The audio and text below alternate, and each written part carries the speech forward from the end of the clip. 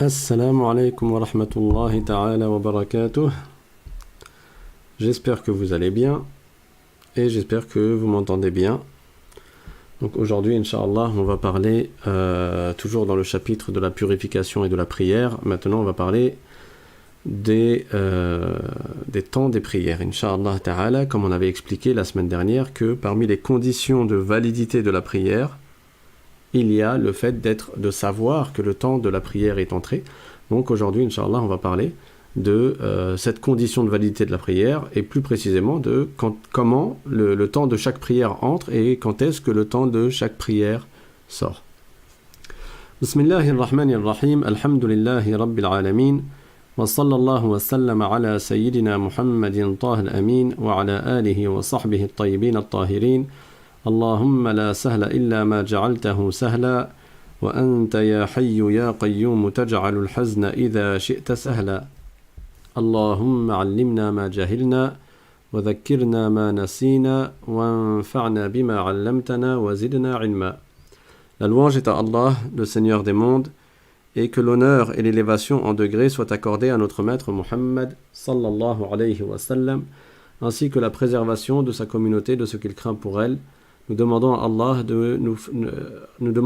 qu'il nous fasse apprendre ce que nous ignorons, qu'il nous fasse nous rappeler de ce que nous avons oublié et qu'il nous augmente en connaissance. Et nous lui demandons de nous préserver de l'état des gens de l'enfer. Et nous demandons à Allah qu'il fasse que notre intention soit sincère, que nous ayons une intention sincère dans nos actes d'adoration.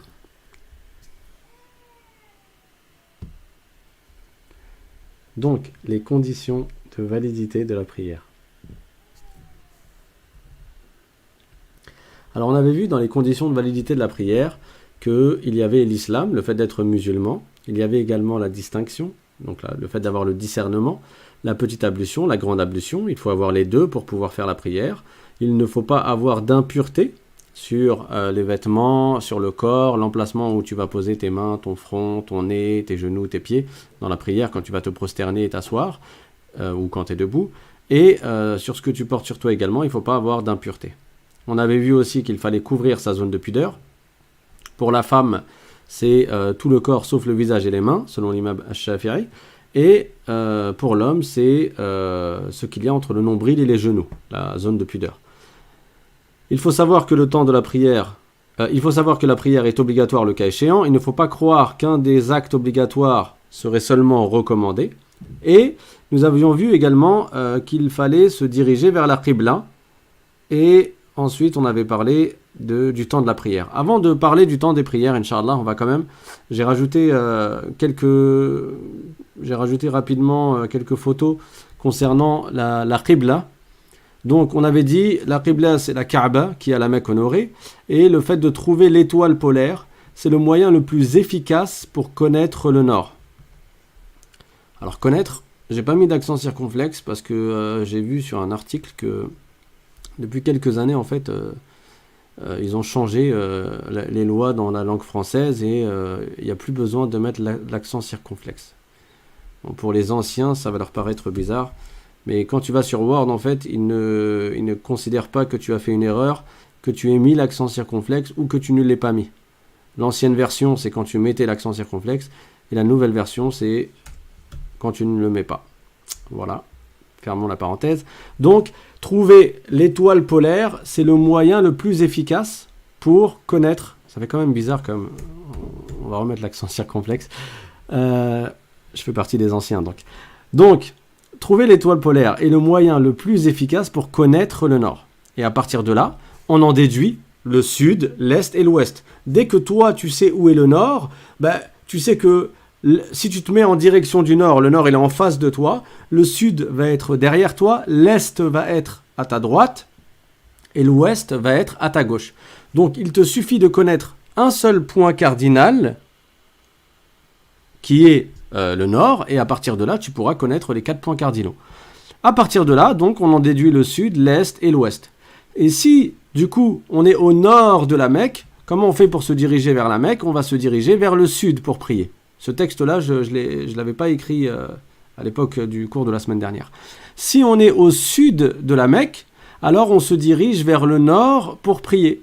Quand tu es à l'est de la Mecque, dans les pays de l'est par rapport à la Mecque, alors tu vas te diriger vers l'ouest pour prier. Et quand tu es à l'ouest, comme dans les pays du Maghreb, les pays du couchant, tu vas te diriger plus vers l'est.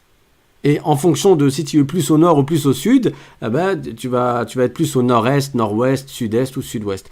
Donc la France étant au nord-ouest de la Mecque, quand toi tu veux aller à la Mecque, tu te diriges vers quelle direction ? Tu te diriges vers le sud-est. Et donc, quand on fait la prière alors qu'on est en France, on se dirige vers le sud-est pour atteindre la Kaaba qui est à la Mecque, qui est elle-même en Arabie, dans la péninsule arabique. On vous a envoyé sur Instagram et sur la page Facebook également ce dessin-là. Donc je voulais quand même l'expliquer. Donc les étoiles que vous voyez en bas, ce sont les étoiles de la grande ours. C'est ce qu'on appelle la grande ours, on appelle aussi la casserole. Pourquoi on l'appelle la casserole ? Bon, facile à deviner, parce que ça ressemble à une casserole. Maintenant, elle n'est pas toujours positionnée comme ça. La casserole, dans une même nuit, en fonction de l'heure à laquelle tu vas la regarder la nuit, s'il n'y a pas de nuage, tu vas la voir soit plus vers le bas comme ça, soit tu vas la voir verticale comme ça, soit tu vas la voir même en sens inverse, un peu comme la petite ours, c'est-à-dire que ça va tourner. Mais il y a une chose qui reste à sa place, c'est-à-dire qui indique toujours la même direction, c'est l'étoile polaire qui est là, en haut à droite. Donc la casserole, elle se caractérise, la grande ours, par 7 étoiles qui forment le dessin d'une casserole. Donc première étoile ici, deuxième étoile ici, troisième, quatrième, cinquième, sixième, septième. Comment tu fais pour trouver l'étoile du Nord ? La casserole, elle est facile à voir. La nuit, en général, même avec une certaine luminosité, quand on voit quelques étoiles, la casserole, elle en fait partie. Elle fait partie des quelques étoiles que l'on peut voir. Donc la casserole, quand tu prends en compte les 2 dernières étoiles de la casserole, de la grande ours, tu vas les prolonger 5 fois. Donc ça fait celle-là, tu vas la multiplier, cette distance, à 5 reprises. 1, 2, 3, 4, 5. Et là, tu vas voir une étoile qui est toute seule, dans le sens où elle brille plus fort que les étoiles qui sont autour. Tu vas pas la pouvoir, tu ne la louperas pas. Quand tu arrives à observer la casserole, tu vas réussir à observer l'étoile du Nord. Donc je répète, tu prends les 2 dernières étoiles de la casserole, pas du côté du manche de la casserole, mais de l'autre côté. Tu multiplies la distance par 5 et tu tombes sur l'étoile polaire. Or, l'étoile polaire, elle fait partie de la petite ours. La petite ours, ça ressemble aussi à une casserole, également. Donc là, il y a 1, 2, 3, 4, 5, 6, 7. Donc ça a la même forme, mais elle est plus petite. C'est pour ça qu'on l'appelle la petite ours. C'est beaucoup plus facile de trouver la grande ours. Et dès que vous voyez la grande ours, elle est immense dans le ciel. Vous pouvez atteindre l'étoile polaire. L'étoile polaire, quand j'avais, pour ceux qui avaient enregistré certains cours que j'avais donnés dans le passé, il est possible que j'avais appelé cela l'étoile du berger. Et c'était une erreur. L'étoile polaire, en fait, ça n'est pas l'étoile du berger. L'étoile du berger, c'est ce qu'ils appellent la planète Vénus. En réalité, c'est l'étoile qui brille. C'est la dernière étoile à briller le matin quand tu ne vois plus d'étoiles.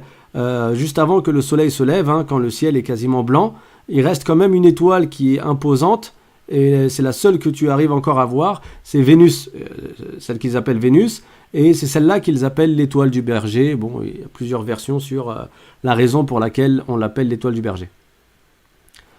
Donc cette étoile, nous, dont on parle, l'étoile du Nord, on l'appelle l'étoile polaire. D'accord ? Et en général, quand on est en France et quand on utilise une boussole, le nord de la boussole, il indique le pôle nord en fait. C'est le nord magnétique qui te dirige vers le pôle nord. Et le pôle nord et le nord de l'étoile polaire, quand tu es en France, la différence, elle est quasiment... tu peux pas voir la différence à l'œil nu. C'est pour cela qu'on utilise des boussoles, pour nous indiquer le nord, et on sait qu'à partir de là, ça va nous indiquer également le nord polaire, le nord de l'étoile... Je reprends le nord de l'étoile du Nord, de l'étoile polaire. Donc, il faudrait quand même faire attention, si tu vas en Alaska et que tu utilises une boussole qui va t'indiquer le nord magnétique, j'ai ouï dire que ça ne t'indiquerait pas forcément l'étoile polaire. La marge là, il y aura une certaine différence. Alors, donc vous avez compris comment on atteint l'étoile polaire. Et dès que tu as l'étoile polaire, tu te diriges vers elle, tu sais que tu es vers le nord. Après, à ta droite, il y aura l'est, à ta gauche, il y aura l'ouest, et derrière toi, il y aura le sud, comme l'indique la boussole ici. On peut utiliser une boussole, donc, pour trouver la Qibla, après avoir vérifié, grâce à l'étoile polaire, que son aiguille colorée indique bien la direction du nord. Souvent, dans les boussoles, je vous ai mis des images également, il y a il y a les sigles N, E, S et W qui indiquent le nord, l'est, le sud et l'ouest. Et parfois, même s'il n'y a pas ces lettres-là, tu trouves une des deux aiguilles qui est en rouge. Celle qui est colorée, celle qui est en rouge, c'est celle qui indique le nord. Quelle que soit la façon dont tu vas orienter ta boussole, l'aiguille, elle va pas bouger parce qu'elle va toujours indiquer le nord. Pourquoi j'ai dit qu'il fallait vérifier ta boussole grâce à l'étoile polaire? Parce qu'il se peut que ta boussole soit démagnétisée à force de la laisser traîner avec tes clés, ton téléphone portable, etc. dans ta poche. Et suite à cela, elle n'indique plus le nord, à force d'être à côté de morceaux de ferraille ou de choses magnétiques. Donc, il est important de vérifier que sa boussole, elle marche et qu'elle indique réellement le nord. Comment tu fais avec une boussole? Quand tu as vu la nuit que l'aiguille qui indique le nord, elle tend bien en direction de l'étoile du nord, qui est ici. Donc tu sais que ta boussole, elle marche. Quel que soit le moment dans ta journée, tu pourras connaître maintenant le nord, même sans les étoiles. Tu regardes, tu mets ta boussole en place, l'aiguille qui indique le nord, tu la mets bien horizontale, parallèle au sol. Tu la mets pas verticale ou bien oblique, tu la mets horizontale sur ta main. Et quand tu te diriges dans la direction du nord, tu sais que derrière toi, il y a le sud, à ta droite, il y aura l'est, à ta gauche, il y aura l'ouest. Et toi, tu devras te diriger vers le sud-est. Le sud-est, parce que tu es en France. Si tu étais au nord direct de la Mecque, tu te serais dirigé vers le sud. Là, je vous ai mis une deuxième boussole. C'est pareil, tu n'es pas obligé de te servir de la graduation. En plus, les graduations, elles changent en fonction des boussoles. Là, c'est une boussole avec 400 degrés. Il y a des boussoles avec beaucoup moins de degrés, donc ça dépend. Mais toi, ce que tu dois savoir, c'est que quand tu es en France, tu te diriges vers le sud-est. Et là, je vous ai mis la boussole de Decathlon. Elle coûte 5 €. Elle est très pratique. Tu peux l'accrocher à le truc de ton pantalon, là où tu mets ta ceinture. Comme ça, tu l'as toujours avec toi. Si un jour, tu dois faire la prière dans un endroit que tu ne connais pas, tu as ta petite boussole. Elles sont efficaces. Pareil, tu la vérifies avec l'étoile du Nord. Et elle t'indique donc le nord avec l'aiguille rouge ici. Et toi, tu devras te diriger vers le sud-est, tout simplement. Voilà pour ce qui est de la boussole. Maintenant, on va parler, Inch'Allah, des temps des prières. Parce qu'il faut savoir que le temps de la prière est entré. Il faut être sûr que le temps de la prière est entré pour pouvoir faire la prière. Celui qui entre dans la prière sans savoir si le temps est entré ou pas, sa prière ne sera pas valable, même si ça a coïncidé avec le temps de la prière. Allah Ta'ala dit dans le Coran: Inna as-salata kanat 'ala al-mu'minina kitaban mawquta. C'est-à-dire que la prière a été prescrite, donc elle a été rendue obligatoire pour les croyants dans son temps. Donc chaque prière a un temps précis. Et là, je parle des 5 prières obligatoires durant le jour et la nuit. Le messager d'Allah, sallallahu alayhi wa sallam, a dit: Inna khiyara ibadillah, alladhina yura'una ash-shamsa wal-qamara wal-adhillata li dhikrillah. C'est-à-dire que parmi les meilleurs esclaves d'Allah, parmi les meilleurs des gens, il y a ceux qui observent le soleil, ash-shams, la lune, al-qamar, et al-adhillah, les ombres, pour dhikrullah. Ici, dhikrullah, ce qui est visé, c'est la prière. Le terme dhikr ici, ça n'est pas le fait de réciter des évocations. Dans beaucoup d'endroits dans le Coran, quand le mot dhikr est utilisé, ce qui est visé, c'est la prière. Dans certains endroits du Coran, c'est pas la prière qui est visée, mais dans certains endroits du Coran, c'est la prière qui est visée par le terme dhikr. Donc, ce hadith nous montre l'importance de faire son ijtihad, c'est-à-dire son effort de recherche pour savoir si le temps de la prière est entré. Et c'est quelque chose qui est obligatoire pour les musulmans. On doit connaître les temps des prières pour savoir justement les déterminer et pouvoir rentrer dans la prière. Bien entendu, si quelqu'un qui est digne de confiance a lui-même fait l'observation du soleil, de la lune, des ombres, pour confirmer que le temps de la prière est entré, il est venu te dire le temps de la prière est entré, parce que je le sais, j'ai vu, j'ai observé, alors tu peux te baser sur sa parole, si c'est quelqu'un de digne de confiance. Malheureusement, nous vivons à une époque où beaucoup de gens qui prétendent que le temps de la prière est entré ne sont pas dignes de confiance. Même quand tu entends l'appel du muezzin, le mu'adhin, qui vient t'indiquer que le temps de la prière est entré, tu peux te baser sur lui à partir du moment où il est digne de confiance. Il m'est moi-même déjà arrivé d'entendre le adhan du Maghrib, soi-disant, et je voyais toujours le soleil. Quand tu es au bord de la mer, au bled par exemple, tu le vois le soleil se coucher. Et parfois, tu pouvais entendre des mosquées qui faisaient le adhan alors que le soleil était encore apparent. Or, le temps du Maghrib, à quel moment il entre? Quand le soleil s'est complètement couché. Quand le disque solaire, il s'est effacé de l'horizon. Tu ne le vois plus du tout. Donc ça veut dire que ces gens-là n'étaient pas dignes de confiance et on ne peut pas se baser sur leur adhan, étant donné qu'ils le font même avant que le temps de la prière n'entre. Ainsi, il est un devoir de vérifier les temps des prières par l'observation et il ne suffit pas de se fier à un calendrier basé sur le simple calcul.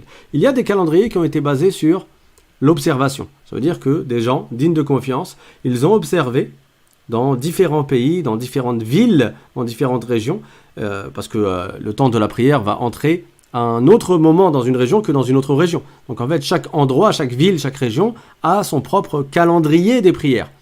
Et dans beaucoup de villes, dans le monde musulman par exemple, il y a des savants et des vertueux qui ont vérifié à quel moment entrait le temps de la prière, ils en ont fait un calendrier. Le calendrier qui est basé sur l'observation d'un homme vertueux, quelqu'un qui est digne de confiance, tu peux te baser dessus, même si toi tu n'as pas fait l'observation. Mais un calendrier qui est basé sur le simple calcul, sans observation, tu ne peux pas te baser dessus.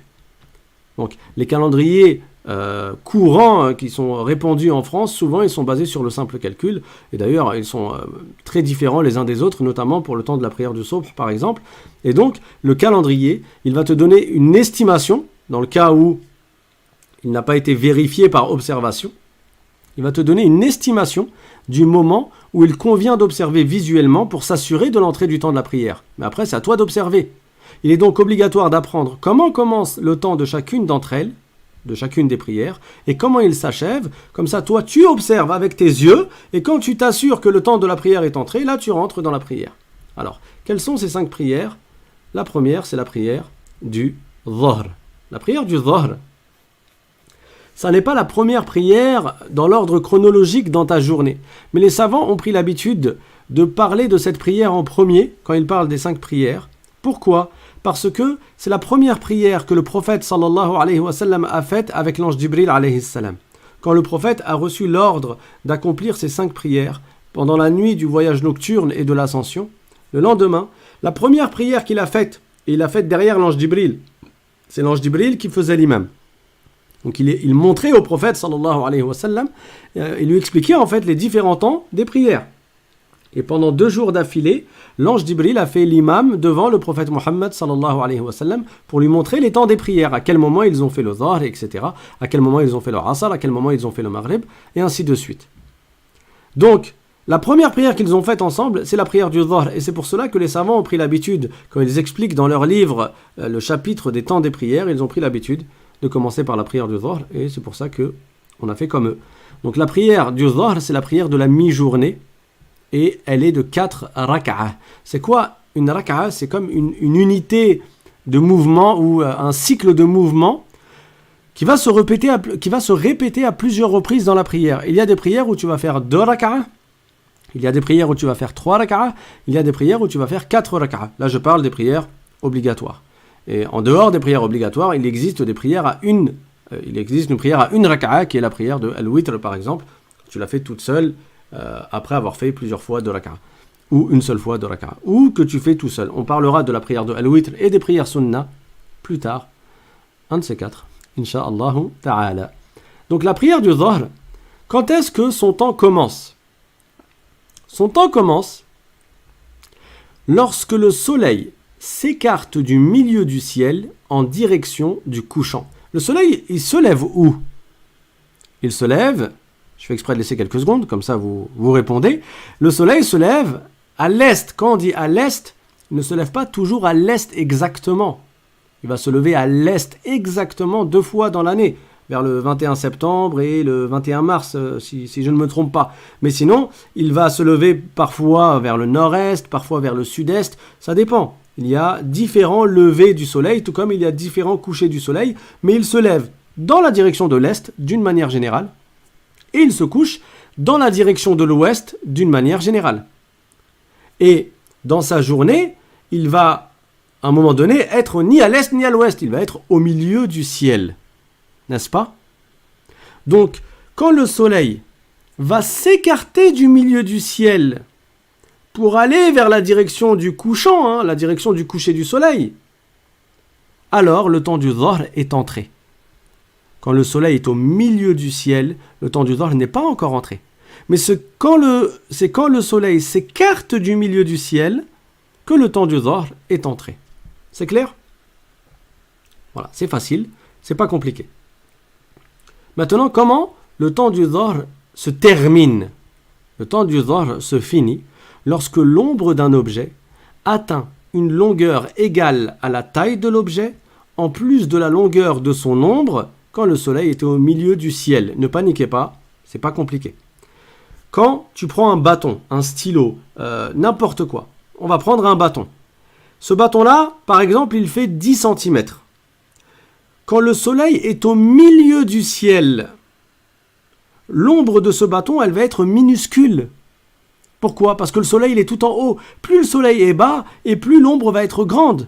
Mais plus le soleil est haut, il monte, jusqu'à être ni à l'est ni à l'ouest. Là, il sera vraiment tout en haut, dans son point son point culminant. À ce moment-là, l'ombre, elle sera minuscule.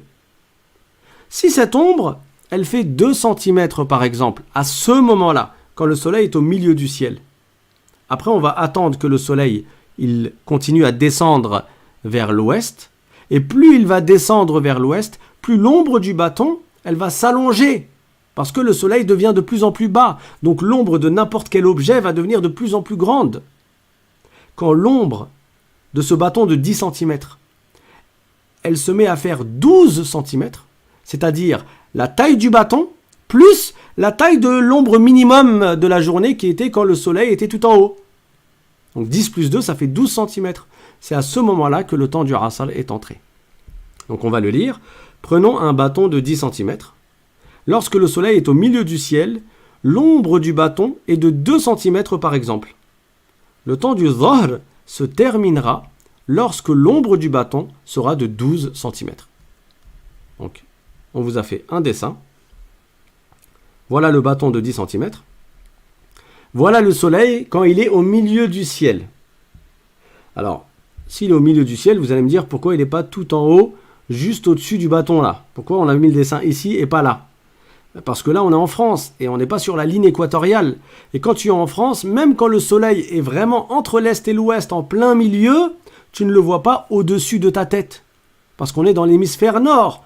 On n'est pas sur la ligne équatoriale. Par contre, si tu étais à la Mecque, oui, à la Mecque, il y a des moments dans l'année où tu lèves ta tête et il y a des moments dans la journée, tu vas lever ta tête et tu vas voir le soleil vraiment au-dessus de toi. Parce que tu es proche de la ligne équatoriale. Donc, du fait que le soleil est au milieu du ciel, juste avant que le temps du Dhuhr n'entre, puisque le temps du Dhuhr il entre quand le soleil s'écarte du milieu du ciel. Mais quand le soleil est encore au milieu du ciel, l'ombre de ce bâton-là, elle est vraiment au minimum, c'est la plus petite ombre. Il y en a quand même une ombre. Pourquoi? Parce que justement, le soleil n'est pas tout en haut. Par contre, sur la ligne équatoriale, le soleil il est tout en haut, c'est possible que là, il n'y a pas d'ombre du tout. Mais nous, on est en France, donc on va avoir une ombre, mais l'ombre, elle est petite. Donc supposons que l'ombre, quand le soleil est au milieu du ciel, est de 2 cm. Peut-être qu'elle est de 3 ou 4 cm, ce que tu veux. Là, c'est un exemple. Quand est-ce que le temps du Asr entre? Quand est-ce que le temps du Dhuhr se termine? Le soleil, il va aller vers l'ouest, il va descendre. Son ombre, comme le soleil descend, elle va augmenter. Et quand l'ombre du bâton, elle fait la longueur du bâton plus la longueur minimum de l'ombre de la journée, qui était quand le soleil était dans son point de culmination, 10 cm plus 2 cm, ça fait 12 cm.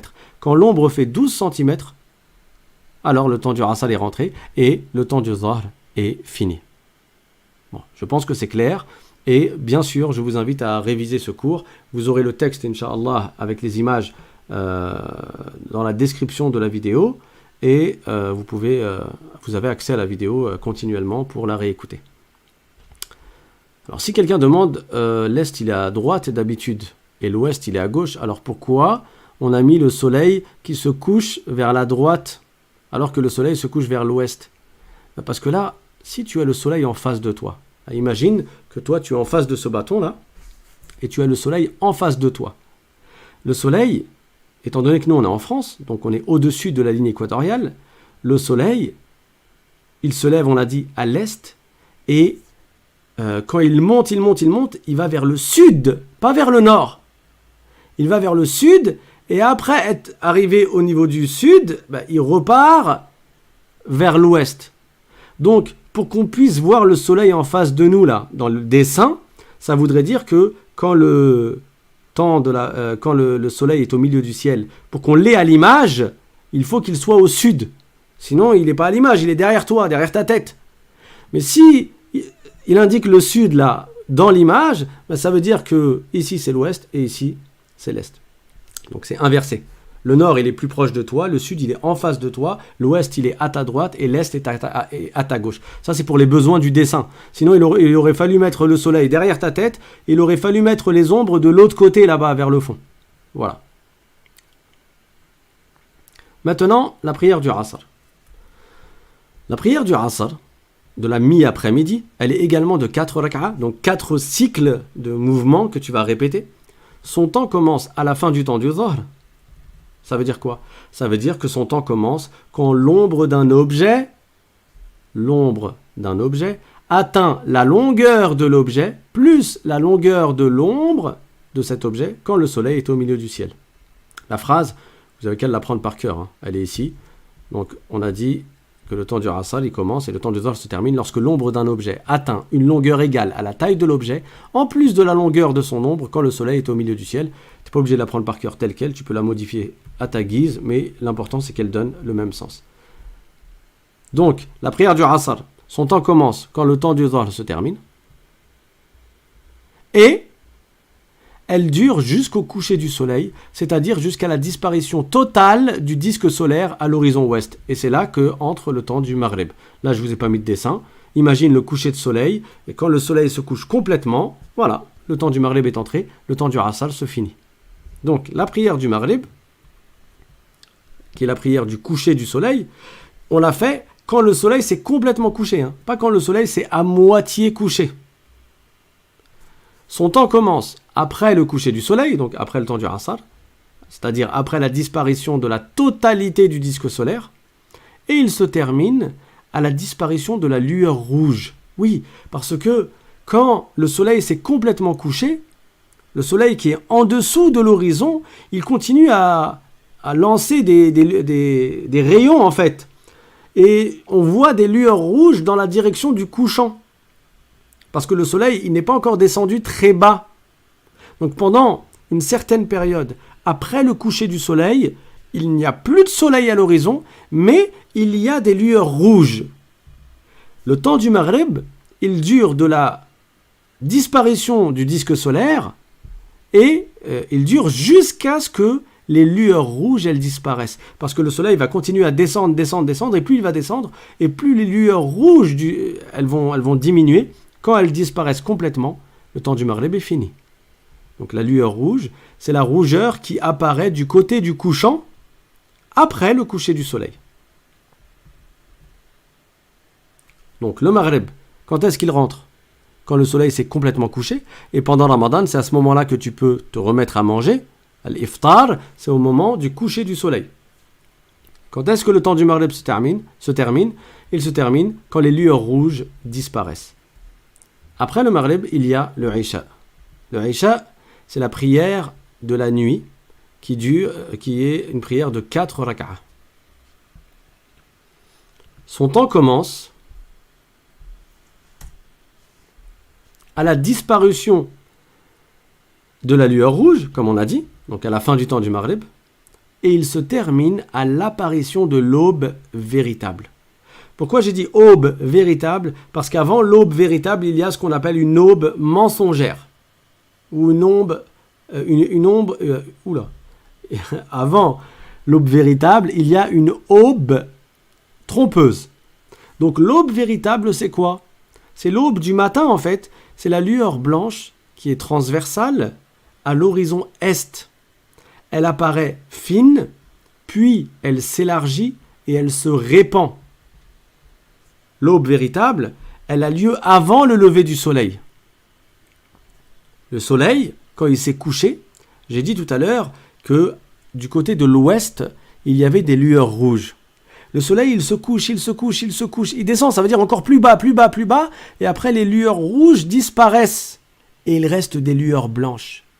Et après le soleil, il descend encore plus bas, plus bas, plus bas, et après les lueurs blanches disparaissent, et là c'est la nuit noire totale.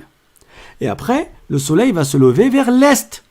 Mais avant de se lever vers l'est, quand il va se rapprocher, il va monter, monter, et il va se rapprocher de l'horizon, qu'est-ce qui va se passer? Il va y avoir des lueurs blanches qui vont apparaître, qui étaient les dernières à disparaître pendant la nuit. Et après les lueurs blanches, il va y avoir des lueurs rouges qui vont apparaître, et petit à petit, le soleil va monter, monter, jusqu'à apparaître à l'horizon. Donc dès que la lueur blanche, elle apparaît à l'horizon est, et elle est horizontale, elle est transversale, au début elle est toute fine, et plus le soleil se rapproche de l'horizon, plus la lueur blanche, elle va s'élargir, et elle va se répandre. Mais le soleil ne se sera toujours pas levé. En fait, dès que la lueur blanche apparaît, tel un cheveu blanc dans la nuit noire, le subh le isha se termine, et c'est là que entre le temps du subh. Donc pourquoi j'ai dit l'aube véritable? On a dit, en précisant l'aube véritable, on exclut l'aube trompeuse, qui est une lumière verticale dont l'apparition à l'horizon est n'indique pas que le temps du isha s'achève, mais qu'il va bientôt s'achever. En fait, une demi-heure avant la lueur blanche transversale à l'horizon est, il se peut que tu vois une lueur blanche mais qui est verticale, et après qui disparaît, et la nuit elle retombe. Cette lueur blanche qui est verticale, c'est l'aube trompeuse, on ne la prend pas en compte. Elle indique que le temps du isha va bientôt se terminer. D'ailleurs, c'est déconseillé de retarder la prière jusqu'à ce moment-là, la prière du isha jusqu'à ce moment-là sans excuse. Elle indique que le temps du isha va se terminer, mais elle n'indique pas la fin du temps du isha. La fin du temps du isha, c'est quand l'aube véritable apparaît. Et après le isha, il y a quoi? Il y a la prière de l'aube, justement. On l'appelle le fajr et on l'appelle également le subh. Parfois, dans certains calendriers, vous voyez écrit subh. Et parfois, dans d'autres calendriers, vous voyez écrit fajr. C'est la même prière. C'est la prière obligatoire qui commence, son temps commence quand l'aube véritable apparaît. Et c'est une prière de 2 rak'a. Alors, dans des calendriers, après le mot fajr ou après le mot subh, vous voyez une case qui indique shuruq. Le shuruq, c'est pas une prière. Le shuruq, c'est le moment où le soleil se lève. Shuruq, ça veut dire shuruq shams. Ça veut dire c'est le lever du soleil. Parce qu'on a dit que le temps du subh, il commence avant le lever du soleil. Il commence quand l'aube, elle apparaît. Et dès que le soleil apparaît, c'est ça le shuruq. Et c'est la fin du temps du subh. Donc, le temps du subh commence à l'apparition de l'aube véritable. C'est la fin du temps du isha. On l'appelle al-fajr al-sadiq en arabe. C'est la lueur blanche transversale à l'horizon est. Et quand est-ce? Donc, elle apparaît fine, puis elle s'élargit et se répand, comme on a dit. Et le temps du subh, il se termine, il prend fin au lever du soleil. C'est-à-dire, dès que la première partie du disque solaire apparaît. Là encore, apparaît, vous avez vu, je vous ai mis l'accent circonflexe. Mais ils disent dans les nouvelles normes qu'apparemment, il n'y a plus d'accent circonflexe. Donc, quand est-ce que entre le temps du dhahr? On fait un récapitulatif, sans regarder. Je vais vous mettre une image, comme ça, on ne regarde pas. Quand est-ce que le temps du dhahr, il entre? Je vous laisse réfléchir quelques secondes.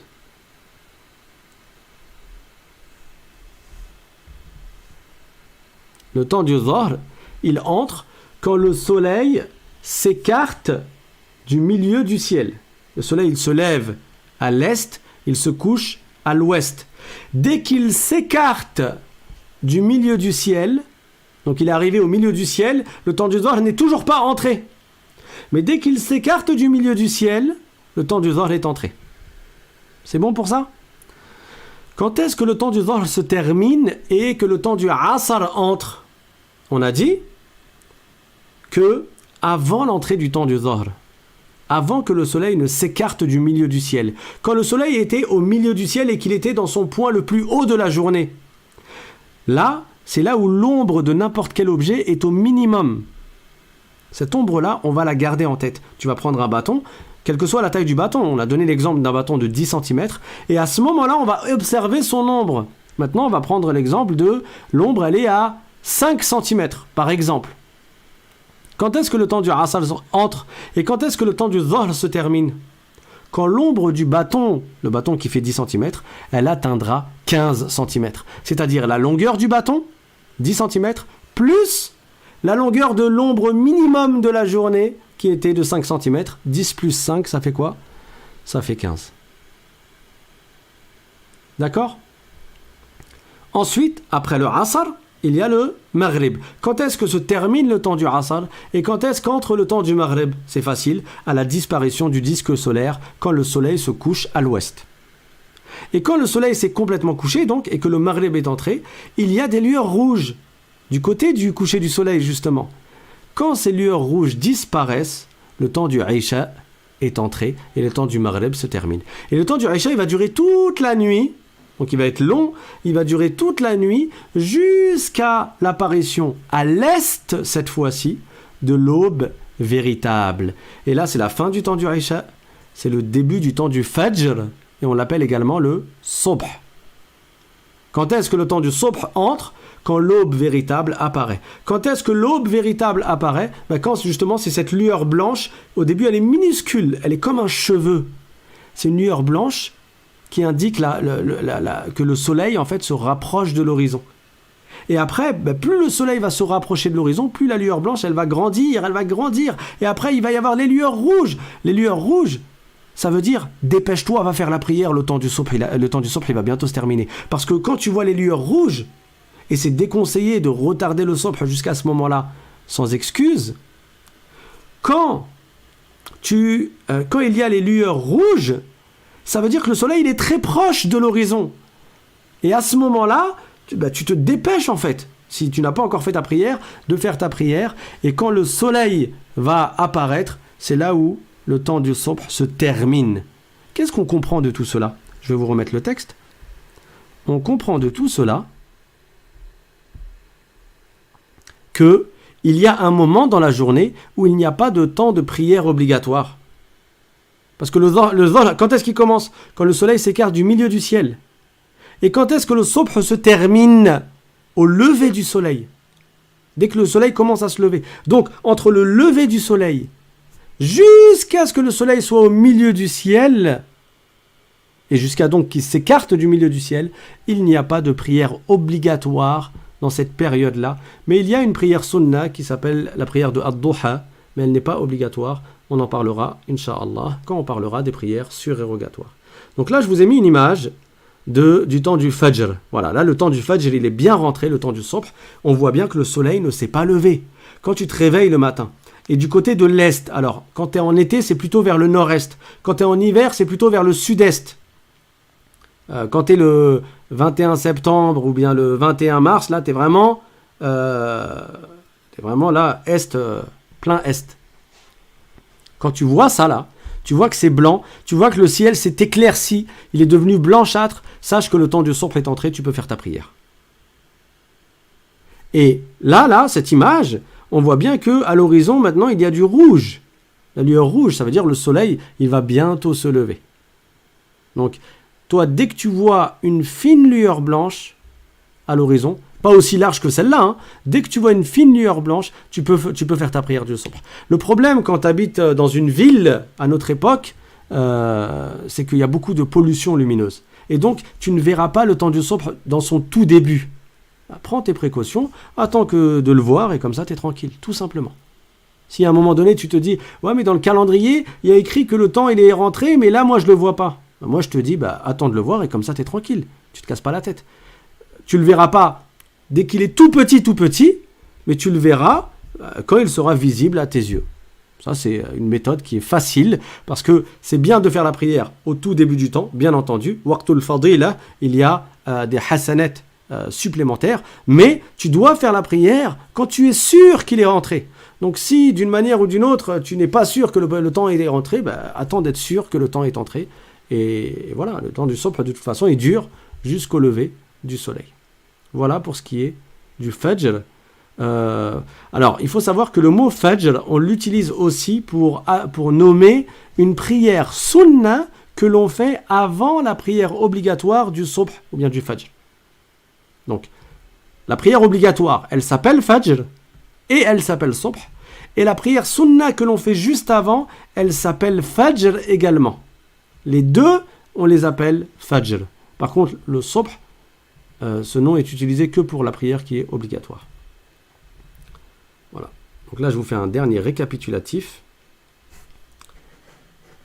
Là, il y a toutes les prières qui sont réunies dans ce schéma. On voit le A, c'est la prière du subh. Alors, j'essaye de vous la mettre en entier. Voilà. On a le A, c'est le début du subh. Vous voyez en haut à gauche, il y a écrit le temps du subh ou bien le temps du fajr. C'est la même chose. Le A, ça veut dire, c'est l'apparition d'une blancheur fine à l'horizon est. Donc le soleil ne s'est pas encore levé. Pareil, hein, je vous ai mis l'est à gauche. Enfin, c'est pas moi qui ai fait ce schéma, mais il vous a été mis l'est à gauche et l'ouest à droite pour bien avoir le sud en face. Parce que le soleil, il va vers le sud, il va pas vers le nord. Et donc le nord, il est derrière toi, en fait. Il est là, vous le voyez en bas. Et comme ça, on voit bien l'ombre l'ombre du bâton qui est vers toi parce que le soleil est de l'autre côté. Il est en face de toi. C'est pour ça que dans le dessin, l'est est à gauche et l'ouest est à droite. Donc, A, on a l'apparition de la lueur blanche, c'est-à-dire le début du subh. Ensuite, dès que le soleil se lève un peu, on a B, c'est-à-dire l'apparition du disque solaire à l'horizon est, et c'est la fin du temps du subh. Ça y est, le subh, il est fini là. Ensuite, le soleil va se lever, il va se lever, il va se lever, et tu vois que plus il se lève, et plus l'ombre, elle rétrécit. Parce que quand le soleil il est tout en bas, l'ombre elle est grande. Et quand le soleil va augmenter ici, l'ombre du bâton, elle va devenir plus petite. Et là, le soleil va augmenter encore et encore jusqu'à arriver au milieu du ciel. Et là, c'est là où l'ombre va être vraiment au minimum. Donc si le bâton fait 30 cm et que l'ombre fait, par exemple à cet endroit-là, 10 cm, on va calculer 30 plus 10 et ça va nous permettre de déterminer quand est-ce que entre le temps du asr. Mais là, on n'en est pas encore là. Là, au point C, on a le début du temps du dhahr. C'est quoi le début du temps du dhahr? C'est quand le soleil s'écarte du milieu du ciel. Donc la déclinaison du soleil du milieu du ciel. Comment tu fais, toi, pour savoir que le soleil s'est écarté du milieu du ciel? Tu peux pas regarder comme ça, tu montes tes yeux vers le ciel et tu dis « Ah, regarde le soleil, tu vois là, il était au milieu et là, maintenant, il est devenu vers l'ouest. » Tu peux pas faire comme ça. Qu'est-ce que tu fais? Tu prends ton bâton et tu vois son ombre. L'ombre de ce bâton, avec ta boussole qui indique la direction nord-sud, quand l'ombre de ton bâton, ou bien même ton ombre à toi, l'ombre de ta personne, de ton corps, quand ton ombre, elle est en direction de l'est, ça veut dire que le soleil, il s'est décalé vers l'ouest. Donc le matin, ton ombre, elle est vers l'ouest, parce que le soleil est à l'est. Et plus on se rapproche de l'après-midi, et donc du moment où le soleil est au milieu du ciel, et plus ton ombre va se rapprocher de la ligne nord-sud. Donc quand toi, avec ta boussole, tu vas te diriger vers le nord, tu vas avoir ton ombre en face de toi, devant toi, pile poil.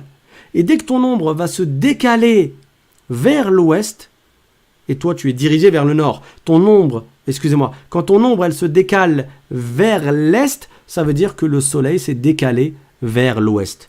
Alors pourquoi on parle de bâton? Parce que c'est plus précis qu'avec ton corps. Ton corps, il est tellement large que tu ne vas pas, avec l'ombre de ton corps, réussir à observer le tout début du temps du dhahr. Mais plus le bâton est fin, bien sûr sur une surface horizontale, plus le bâton est fin et plus ça te permettra d'être précis dans la détermination du début du temps du dhahr. Mais bon, si tu ne veux pas connaître le tout début, tu peux faire ça même avec un poteau. Un poteau, les lampadaires électriques, tu veux savoir si le temps du dhahr est entré, tu ne sais pas. personne t'a dit si le temps du Dhuhr est entré ou pas. Tu es dans l'après-midi, tu as une boussole, tu as ta boussole Décathlon par exemple, là, que tu as accrochée sur le truc de la ceinture de ton pantalon, ou dans ta sacoche, ou dans ton sac à main, ou n'importe quelle autre boussole. J'arrête. Et donc, tu vas regarder la direction nord-sud, tu vas te mettre derrière le poteau, tu vas voir que le poteau, à un moment donné, son ombre, elle se décale vers l'est. Ça veut dire que le soleil, il est plus vers l'ouest, et donc le temps du Dhuhr est entré. D'accord ? Ensuite, le soleil, il va vers l'ouest. Il descend, il descend, il descend, il descend. L'ombre, elle s'allonge, elle s'allonge, elle s'allonge, elle s'allonge.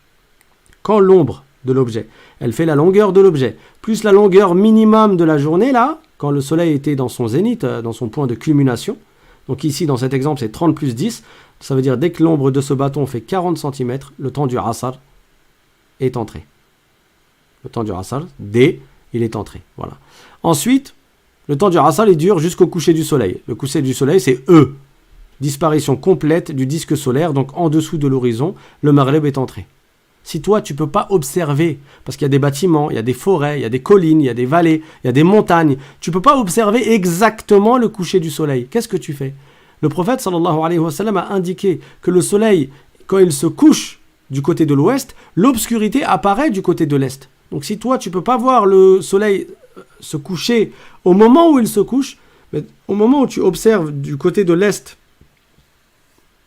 que l'obscurité est véritablement apparue, tu sais que ça veut dire que le soleil s'est couché et donc le Maghreb est entré. Et ensuite, F, quand est-ce que entre le temps du Isha, en F, c'est quand les lueurs rouges, elles disparaissent. Voilà pour le schéma récapitulatif. Il est un devoir d'accomplir ses obligations dans leur temps, pour tout musulman pubère saint d'esprit et n'ayant pas l'empêchement des règles et des lochis. Donc, on a déjà dit que c'est une condition d'être musulman pour faire la prière, parce que le non-musulman, sa prière n'est pas valable, et même s'il la faisait, donc, ça ne serait pas accepté de sa part. Il faut également être... c'est un devoir de l'accomplir pour celui qui est pubère. Le croyant, le musulman, il peut faire la prière dès qu'il a la distinction. Parmi les conditions de validité de la prière, il y a la distinction. Dès que l'enfant il a la distinction, à l'âge de 7 ans, il peut faire la prière. Mais quand est-ce que ça devient obligatoire pour lui ? Quand il est mukallaf, quand il est responsable, et donc cela nécessite d'avoir la puberté. Donc c'est un devoir pour le musulman pubère, qui n'est pas fou, qui est saint d'esprit, et qui n'a pas de règles ou de lochis. La femme qui a les menstrues ou qui a les lochis, elle n'a pas le droit de faire la prière. Ça n'est pas valable pour elle, et elle n'a pas le droit de faire la prière, et elle n'aura pas à rattraper ses prières, contrairement au jeûne de Ramadan. Pendant qu'elle a ses menstrues, elle ne jeûne pas, mais elle devra plus tard rattraper son jeûne. Tandis que ses prières, elle n'aura pas à les rattraper. Il n'est donc pas permis d'anticiper les prières, donc de les faire avant l'entrée de leur temps. Ça n'est pas permis, c'est un grand péché, et ça n'est pas valable. Pourquoi ? Parce qu'il n'est pas encore chargé de l'obligation de la prière. Quand est-ce qu'on est chargé de l'obligation de la prière ? Quand le temps de la prière est entré. Avant que le temps de la prière entre, on n'est pas encore concerné par cette obligation. Donc si on l'a fait, non seulement il y a un grand péché, mais en plus ça n'est pas valable. Et ça n'est pas permis non plus de les reculer par rapport à leur temps sans excuse valable. Sauf que celui qui le recule par rapport à son temps, sa prière elle va être valable. Il l'aura faite en retard. Il l'aura faite en tant que rattrapage de prière. Il se sera chargé d'un péché, un grand péché, mais sa prière elle sera valable. Donc c'est pire d'anticiper la prière de son temps que de la retarder après son temps. Mais dans les deux cas, il y a un grand péché. S'il n'y a pas d'excuses valables selon la loi de l'islam. C'est quoi les excuses valables ? Selon l'imam al-Shafi'i, parmi les exemples, il y a le voyage par exemple. Celui qui est en voyage sous certaines conditions, il peut rassembler. Mais on ne rassemble pas n'importe comment. Le Dhuhr peut se rassembler avec le Asr, dans le madhab shafi'ite, et le Maghrib peut se rassembler avec le Isha. Ça veut dire que tu fais le Dhuhr et l'Asr dans le temps du Dhuhr, ou bien dans le temps du Asr. Et tu fais le Maghrib et le Isha dans le temps du Maghrib, ou bien dans le temps du Isha. Voilà, ça c'est un des exemples d'excuses selon l'imam al-Shafi'i. Selon l'imam Ahmad ibn Hanbal, il y a beaucoup plus d'excuses que cela, et c'est plus facile du coup. Et al-ikhtilaf rahma, il est permis, bien sûr, on apprend comment faire la prière et comment faire ses ablutions dans le madhab hanbalite, mais il est permis d'utiliser le madhab shafi'ite ou d'utiliser le madhab malikite ou hanbalite ou hanafite. Et il y avait d'autres madhabs également dans le passé, mais la plupart des madhahib, des écoles de jurisprudence, se sont éteintes en fait, parce que les élèves n'ont pas suivi, n'ont pas écrit les cours, etc. Voilà, quand à force de ne pas écrire et juste d'écouter les cours, mais sans prendre des notes ou sans écrire ou sans conserver les informations, à la fin, la science, elle disparaît. Mais les madhhabs qui sont restés jusqu'à notre époque et qui sont les plus connus, ce sont les 4 écoles, Shafi'ite, Hanafite, Malikite et Hanbalite. Donc chez les Hanbalites, il y a n'importe quelle excuse qui te permet de ne pas aller faire la prière du vendredi ou de ne pas faire la prière en assemblée, c'est une excuse pour rassembler tes prières. Chez les Hanbalites, même la femme qui a peur que la nourriture, elle brûle parce qu'elle a commencé à faire à manger, elle a peur que la nourriture, elle brûle, chez ce savant-là, c'est une excuse pour rassembler les prières. Donc voilà, pour ceux qui demandent à chaque fois, si je vais au travail, j'arrive vraiment pas à faire la prière dans son temps, parce que avec le travail, c'est compliqué, je suis dehors, c'est pas facile, etc. Voilà, il y a une facilité chez certains savants qui est de rassembler le Dhahr avec le Asr, et qui est de rassembler le Maghrib avec le Isha. Mais pas plus. Tu ne retardes pas le Dhahr, le Asr, jusqu'au soir. Le Dhahr et l'Asr, tu dois les faire soit dans le Dhahr, soit dans l'Asr. Et le Maghrib, tu peux le retarder quand tu seras chez toi, dans le temps du Isha. Selon ces savants-là, selon l'imam Ahmed, radiyallahu anhu, étant donné les excuses que tu peux avoir. Aussi, il est un devoir d'entamer la prière alors qu'il reste une durée suffisante pour l'accomplir en totalité avant la fin de son temps. Donc tu n'attends pas la dernière minute au sens propre. Tu vois dans le calendrier que le temps du Dhahr, que le temps du Asr entre à, par exemple, 16h15, tu retardes pas, parce que tu es en pleine partie devant ta PlayStation, tu ne retardes pas ta prière jusqu'à 16h14. De sorte qu'il te reste une seule minute qui ne te suffira pas. Tu vas dire Allahu Akbar, tu vas rentrer dans la prière et le temps du Asr va rentrer. Non, il faut que tu puisses entrer dans la prière à un moment où tu as le temps de faire toute la prière dans son temps. Sinon, c'est haram. Sinon, la personne s'est chargée d'un péché. Voilà, on va s'arrêter là pour aujourd'hui. Si vous avez des questions, n'hésitez pas. Walhamdulillahi rabbil alamin wa sallallahu wa sallam ala sayyidina Muhammad wa ala alihi wa sahbihi at-tayyibin at-tahirin. Donc, pour ceux qui sont nouveaux sur cette chaîne, je vous rappelle encore une fois, les cours ont lieu tous les lundis à 20h, tous les jeudis à 20h et tous les samedis à 20h. Vous pouvez à la fin des cours poser vos questions. N'écrivez pas pendant le chat. Moi je suis pas capable, j'ai le texte devant moi pendant le cours je veux dire, j'ai le texte sous les yeux, donc je ne regarde pas le chat, je ne regarde pas le forum de discussion. Donc celui qui a des questions, il attend la fin du cours pour les écrire, pour pas perturber les autres. Au lieu d'écouter le cours, ils vont se mettre à lire vos questions et ça va les distraire du cours.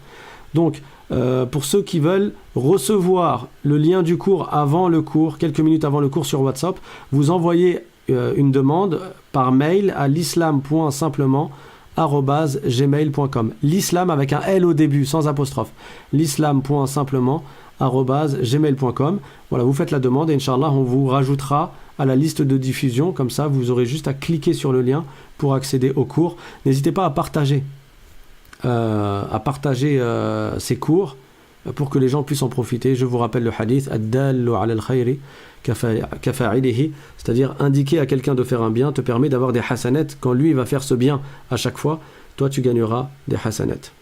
Et petite parenthèse, j'ai vu dans l'analyse de YouTube Studio que sur tous ceux qui écoutent ces cours-là, il y a 35% de personnes qui ne sont pas abonnées. Donc je vous laisse quelques secondes avant de répondre aux questions pour cliquer sur le bouton s'abonner. Comme ça également, vous recevrez les notifications quand on vous envoie des vidéos qui ne sont pas des vidéos en live.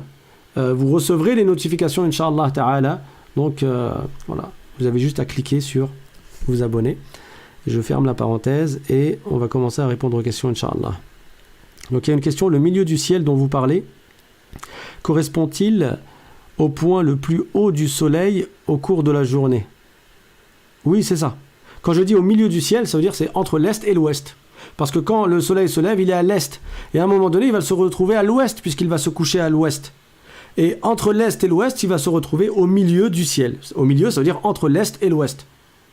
Et c'est à ce moment-là qu'il sera le plus haut dans le ciel. C'est son point de culmination, son zénith, oui. Et si on plante un bâton, à ce moment-là, c'est là où son ombre sera la plus petite de la journée. Effectivement. Alors, il y a Marie qui demande, est-ce que quand tu dors, tu n'as pas fait exprès de te lever à l'heure pour la prière du Fajr? Est-ce que tu peux la faire en retard? Tu dois la faire. Dans tous les cas, tes prières sont toujours à ta charge. Je pense que tu as fait un lapsus dans ta question. Toi, ce que tu voulais dire, c'est la personne, elle s'est levée après le temps du subh, c'est-à-dire après le lever du soleil. Elle n'a pas pu se lever durant le temps du subh. Celle-là, elle a une excuse. Elle ne se charge pas d'un péché parce qu'elle dormait, et dormir est une excuse. Tu n'es pas responsable quand tu dors. Le prophète sallallahu alayhi wa sallam a dit dans un hadith, Rufi'a al-qalamu an thalath, donc c'est-à-dire la plume est levée sur 3 catégories de gens, et parmi ces 3 personnes, la plume, ça veut dire que les anges n'écrivent pas les erreurs ou les choses qui peuvent être faites pour ces 3 personnes. Et parmi ces 3 personnes, le prophète sallallahu alayhi wa sallam a dit, wa anin naimi hatta yastayqiz. Celui qui dort, tant qu'il dort jusqu'à ce qu'il se réveille, il n'est pas responsable de ses actes. Donc il n'a pas fait la prière, il n'a pas fait exprès, il dormait. Mais le prophète sallallahu alayhi wa sallam a également dit, man nama an salatin aw nasiyaha falyusalliha idha dhakaraha la kaffarata lahu ghayra dhalik. C'est-à-dire celui qui dormait pendant le temps d'une prière, ou qui a oublié de faire la prière, alors qu'il rattrape sa prière. C'est tout ce qu'il a à faire. Il n'a pas de compensation autre que de rattraper sa prière. Donc, si ta question était « Est-ce que j'ai le droit de la faire en retard ?», la réponse est « C'est un devoir pour toi de faire la prière, même si tu t'es levé en retard. »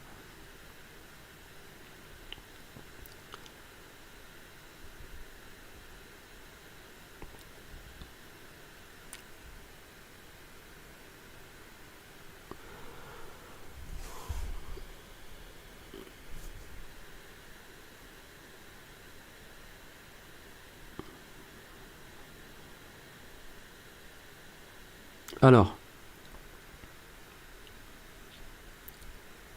moi j'ai étudié pour la question sur le madhab de l'imam Ahmed. Moi je n'ai pas étudié l'école de jurisprudence de l'imam Ahmed. Je connais quelques points. Je sais que chez le madhab hanbalite, c'est une obligation dans le wudu, par exemple, de te rincer la bouche, l'intérieur de la bouche, ce qu'on appelle al-madmada, ce qui est sunnah chez les shafi'ites. C'est une obligation également de faire al-istinshaq, donc de se rincer le nez. C'est une obligation de faire la prière en assemblée. Il y a différentes choses, il y a des choses qui sont différentes chez les hanbalites, mais je ne maîtrise pas ce madhab-là.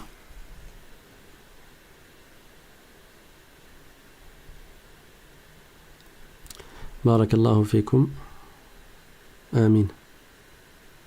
Il y a une question, doit-on, donc c'est Sabah qui demande, doit-on rattraper les prières du passé lorsque l'on avait arrêté durant plusieurs années, et comment et quand doit-on faire pour les rattraper? La réponse est oui, comme je l'ai déjà dit, je crois, dans le cours de la semaine dernière, et je vous invite, pour ceux qui viennent d'arriver, à écouter, quand vous avez le temps, les cours des semaines précédentes. Vous pouvez accéder à la playlist dans la chaîne YouTube, comme ça vous accédez directement à tous les cours du Tawhid ou bien tous les cours du chapitre de la purification et de la prière. Les prières qui ont été délaissées depuis la puberté, pour celui qui était musulman, je ne parle pas de celui qui n'était pas musulman, qui était mécréant d'origine. Comme j'ai dit, le mécréant d'origine, il commence ses prières à partir du moment où il entre en islam et puis c'est tout. Il ne rattrape pas ce qu'il y avait avant qu'il entre en islam. Mais celui qui était musulman et qui avait atteint la puberté, donc qui était mukallaf, et qui ne faisait pas ses prières, il doit rattraper ses prières même si c'est des années. Et les savants, ils ont parlé de cela. L'imam Nawawi, il a rapporté l'unanimité de cela. Malheureusement, à notre époque, il y a un avis qui est faux, qui est infondé, qui ne fait pas partie de la religion, qui a été propagé par certaines personnes, et il y a des gens qui ont fait le relais de cette fausse information qui dit que si ça fait des années que tu n'as pas fait des prières, tu n'as pas besoin de les rattraper, tu as juste à faire des prières sunnah. C'est complètement faux. Au contraire, les savants ont dit man shaghalahu al-fardu 'an an-nafli fa huwa ma'dhur wa man shaghalahu an-naflu 'an al-fardi fa huwa maghrur. Et cette parole a été rapportée par le Hafiz ibn Hajar al-Asqalani, c'est-à-dire que celui qui est occupé à faire des obligations au détriment du surérogatoire, parce qu'il fait des obligations, il ne fait pas des sunnahs, parce qu'il est occupé à faire des obligations, celui-là est excusé parce qu'il a procédé par priorité, par ordre de priorité. À l'inverse, celui qui est occupé à faire des sunnahs, alors qu'au détriment de ce qui est obligatoire, celui-là il s'est dupé, ou le shaitan l'a dupé, parce que il fait quelque chose sur lequel il ne sera pas interrogé dans l'au-delà, et à cause de cela, il délaisse quelque chose sur lequel il sera interrogé dans l'au-delà. Donc il faut rattraper tes prières, même si ça a duré des années où tu n'avais pas fait les prières. Maintenant, comment tu fais pour les rattraper? Alors là, il y a des divergences entre les savants. Dans l'école shafi'ite, à chaque fois que tu as du temps libre, tu fais ta prière. Tu fais des prières, tu rattrapes à chaque fois. Ça veut dire que tu ne vas pas aller jouer à la PlayStation, tu ne vas pas aller faire des matchs de foot ou aller perdre du temps devant des séries télévisées. Tu fais tes prières à chaque fois que tu as du temps libre. Alors bien sûr, tu as le droit de t'accorder un temps pour manger, pour boire, pour aller travailler, pour subvenir à tes besoins, pour dormir, te reposer, tout ça tu as le droit. Mais après le temps libre, tu l'occupes à rattraper tes prières. Et certains savants, notamment chez les Malikites, ont donné une facilité qui est de rattraper plusieurs jours par jour. Par exemple, certains savants ont dit de rattraper 5 jours par jour.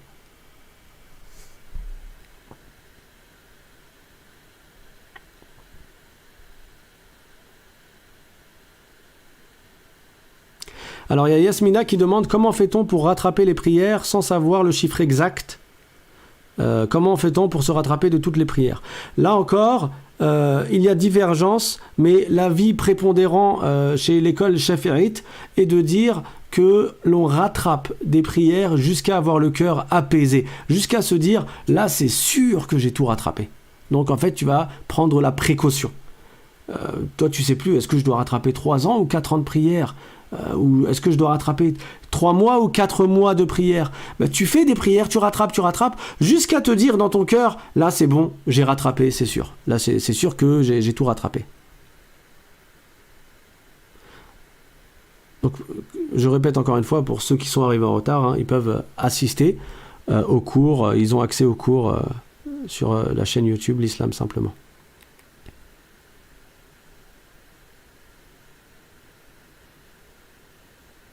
Alors la question pour le fait sur le Coran dans la prière, Inch'Allah, je vais me renseigner et je ramènerai la réponse, Inch'Allah. Je sais qu'il y a eu différentes paroles qui ont été dites là-dessus selon les écoles, mais je ne maîtrise pas ce sujet-là, donc Inch'Allah, je me renseignerai et je ramènerai la réponse. Alors la question, à quel niveau de douleur peut-on faire la prière assis sur une chaise? Inch'Allah, je demanderai également.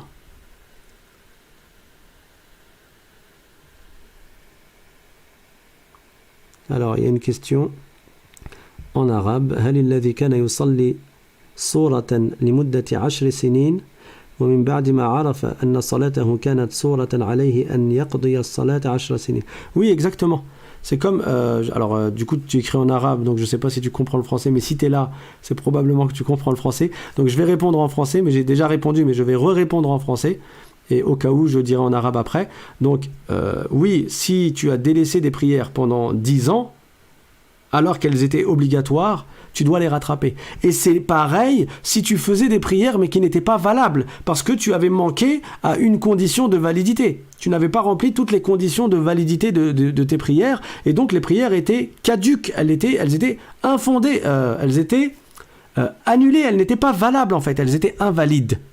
Donc tu dois rattraper tes 10 années de prière. من فاته 10 سنوات من الصلوات لابد أن يقضيها يجب عليه أن يقضيها وإن كان صلاها لكن لم تصح صلاته في كل هذه السنوات فلا بد أن يقضيها أيضا لأن صلاته كأنه لم يصلي كما قال النبي صلى الله عليه وسلم لذاك الصحابي الذي رآه يصلي في المسجد ثم جاء وهو يسلم عليه فقال له ارجع فصلي فإنك لم تصلي يعني صلاتك هذه ما كانت صحيحة. Rappelez-vous, je vous avais dit dans un cours précédent qu'un jour le prophète sallallahu alayhi wa sallam avait rencontré un compagnon dans la mosquée, et ce compagnon faisait la prière. Puis quand il a fini la prière, il est venu passer le salam au prophète, et le prophète lui a dit « Retourne faire la prière parce que tu n'as pas fait la prière. » Donc sa prière, elle ne valait rien. Donc il devait la refaire. Et celui qui a fait des prières qui n'étaient pas valables parce qu'il n'avait pas correctement appris la religion pendant 10 ans, il devra rattraper ses 10 années de prière.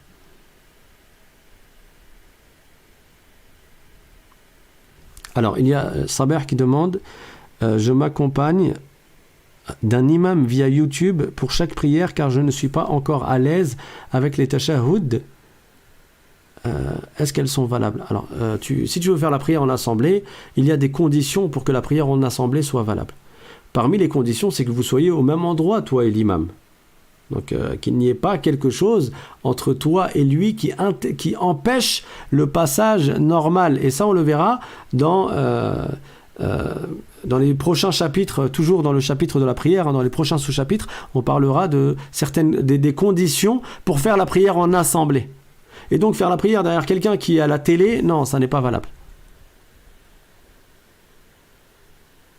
Maintenant, pour ce qui est du tashahhud, alors, selon certains savants, tu traduis le tashahhud si tu n'es pas encore capable de le réciter en arabe. Tu traduis le tashahhud si tu n'es pas encore capable de le réciter en arabe. Et pendant ce temps-là, tu apprends à le réciter correctement en arabe. Donc il y a Salahuddin qui demande, celui qui ne savait pas réciter la Fatiha après qu'il a appris de la réciter, est-ce qu'il doit rattraper les prières antérieures alors qu'il faisait sans récitation? Alors là encore, là vous rentrez dans les questions qui sont précises et qui ne concernent pas forcément tout le monde. Bon, je vais terminer, Inch'Allah, par cette question parce qu'on a dépassé le temps imparti. Donc pour ce qui est de la Fatiha, celui qui n'était pas capable de réciter la Fatiha, selon certains savants, il fait sans récitation. Selon certains savants, chez les Malikites, il y a un avis qui dit que comme tu n'es pas capable de réciter la Fatiha, tu fais mais sans réciter la Fatiha. Tu restes le temps de la Fatiha sans réciter la Fatiha. Et certains ont même dit sans rester le temps de la Fatiha. D'accord? Et après, quand tu apprends à prier correctement avec la Fatiha, tu fais avec la Fatiha. Selon l'imam Shafi'i, il y a plus d'étapes. Celui qui n'est pas capable de réciter la Fatiha, il doit réciter 7 versets avec autant de lettres au moins que les lettres de la Fatiha. S'il n'est pas capable de réciter 7 versets, il peut prendre quelques versets et il va les répéter. Quelques versets qu'il récite correctement. Et il va les répéter jusqu'à atteindre un nombre de lettres qui est au moins identique au nombre de lettres de la Fatiha. S'il n'est vraiment pas capable de réciter des versets du Coran, alors il va réciter du dhikr. C'est comme ça chez les Shafi'ites. Et il va réciter du dhikr avec autant de lettres que les lettres de la Fatiha. Donc il va réciter un certain nombre de fois La ilaha illallah, La ilaha illallah, ou bien Allahu Akbar, Allahu Akbar, Allahu Akbar. Et si vraiment il n'y a aucun dhikr, il n'est pas capable de réciter du dhikr, alors là il va traduire, non pas le Coran, mais il va traduire le dhikr en question. Ça c'est les étapes selon l'imam Shafi'i, s'il n'est pas capable de réciter la Fatiha. Maintenant, si, selon l'imam Malik, il ne sait pas réciter la Fatiha, il ne récite rien du tout, en attendant, il apprend à réciter correctement la Fatiha, et le plus simple, c'est qu'il fasse la prière derrière quelqu'un. Parce que, chez l'imam Malik, par exemple, tu fais la prière derrière quelqu'un, tu n'as pas à réciter la Fatiha derrière lui, parce que la récitation de l'imam, elle compte comme récitation pour le ma'moum, c'est-à-dire pour celui qui prie derrière l'imam.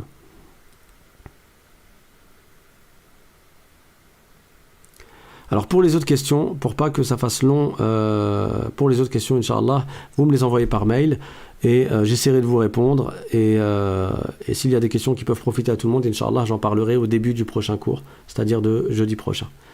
Barakallahu fikum, walhamdulillahi rabbil alamin, wa sallallahu wa sallama ala sayyidina Muhammad, wa ala alihi wa sahbihi at-tayyibin at-tahirin. سبحان ربك رب العزة عما يصفون وسلام على المرسلين والحمد لله رب العالمين. Et ceux qui n'écoutent pas en live, parce qu'il y a à peu près 200 personnes qui écoutent en live, ceux qui n'écoutent pas en live mais qui écoutent le lendemain matin, n'hésitez pas à vous abonner aussi. Barakallahu fikum, wassalamu alaikum wa rahmatullahi wa barakatuh.